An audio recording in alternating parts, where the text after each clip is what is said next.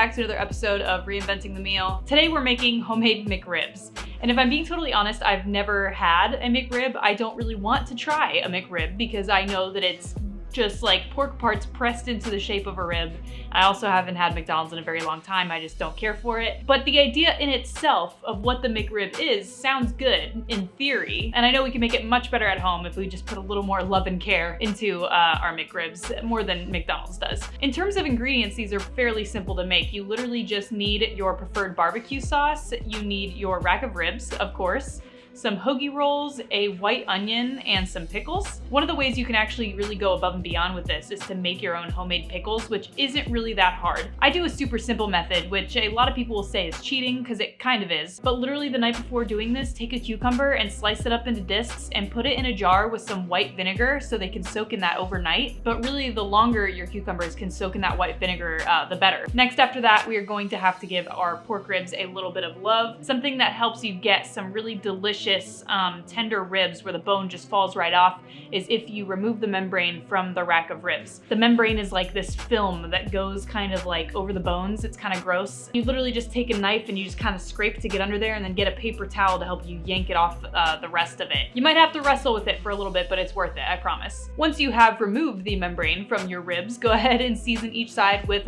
salt and pepper, or if you have a barbecue dry rub lying around, or if you want to make your own and really go above and beyond with this, feel free to do that in this step now. Then you are going to wrap these bad boys in some tin foil and stick them in an oven at 275 degrees for 3.5 hours. During that time, you can finish your coffee, send out some emails, do whatever you gotta do, and these will be ready for a late lunch if you put them in the morning. Needless to say, this is not a weeknight meal. This is more of a treat yourself on the weekend when you have some time kind of meal. When that 3.5 hours is up, go ahead and take out your ribs and expose them, removing the tin foil, and put on some of your barbecue sauce. You're just gonna put them back in the oven for a few more minutes on broil so that barbecue sauce gets nice and caramelized on the top. After they've broiled for a couple minutes, we're gonna go ahead and take out the ribs to rest for a moment. While they are resting, go ahead and chop up some of your white onion. You can make it diced, you can make them long pieces, doesn't really matter. Technically, I don't think the McRib has a toasted hoagie roll. It's just a hoagie roll without being toasted, but I thought it would add a nice extra depth of flavor if we were to do the mayo toasting method. Once we cut our hoagie roll in half, put on a little bit of mayo and toast it on the stovetop for a little bit until it's nice and golden brown. Once you have your onions and your toasted hoagie roll,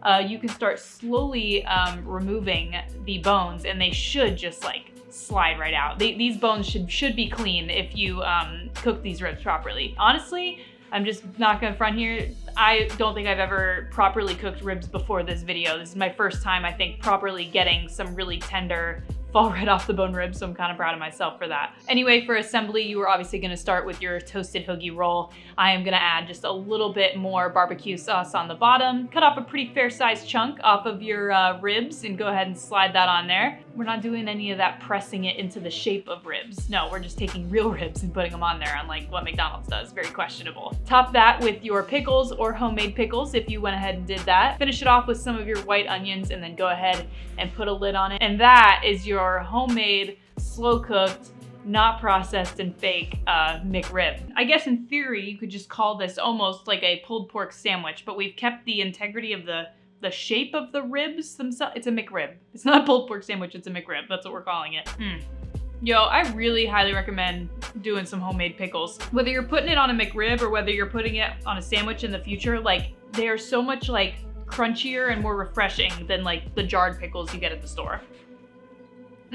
This is honestly a really delicious, perfectly tender barbecue pork rib sandwich, aka a homemade McRib, apparently. I'm not even trying to flex right now, but that meat is so tender and so flaky. And honestly, in terms of barbecue sauce, I rep Stubbs all day. Such a really great pre-made solid barbecue sauce. People might come after me for this, but I really fucking hate Sweet Baby Ray's. I think it's an awful barbecue sauce. I think it's literally all sugar and barbecue flavoring. I don't even think it's like real barbecue sauce. It's too sweet. It tastes like candy. I know there's brown sugar and stuff in barbecue sauce, but it's just like, it's not good. Seriously, buy Stubbs barbecue sauce or support like a local person or business that makes their own barbecue sauce. I'm sure they make it way better than what Sweet Baby Ray's will ever be. Please do not buy Sweet Baby Ray's.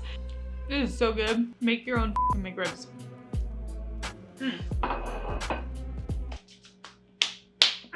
Anyway, that is it for today's video. Thank you so much for watching, and I'll see you in the next one.